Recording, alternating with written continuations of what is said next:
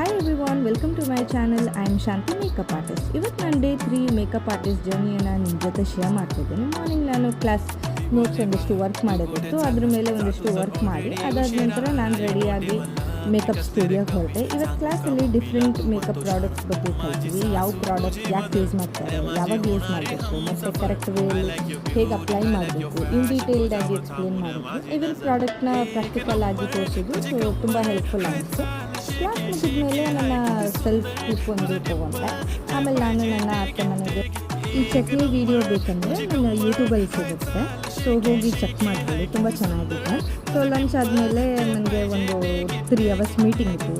ಮೀಟಿಂಗನ್ನು attend ಮಾಡಿದ ಮೇಲೆ ನನ್ನ ಫ್ಯಾಮಿಲಿ ಜೊತೆ ನಾನು ಗೋಲ್ಡ್ ಶಾಪ್ಗೆ ಹೋಗಿ ಒಂದಿಷ್ಟು ಗೋಲ್ಡ್ ಪರ್ಚೇಸ್ ಮಾಡೋದಿತ್ತು. ಪರ್ಚೇಸ್ ಮಾಡಿಕೊಂಡು ಫೈನಲಿ ಮನೆಗೆ ಬಂದು ರೆಸ್ಟ್ ತೊಗೊಂಡೆ. ಈ ವಿಡಿಯೋ ಇಷ್ಟ ಆದರೆ ಲೈಕ್ ಮಾಡಿ, ಶೇರ್ ಮಾಡಿ, ಸಬ್ಸ್ಕ್ರೈಬ್ ಮಾಡಿ. ನಾಳೆ ಸಿಗೋಣ, ಬಾಯ್.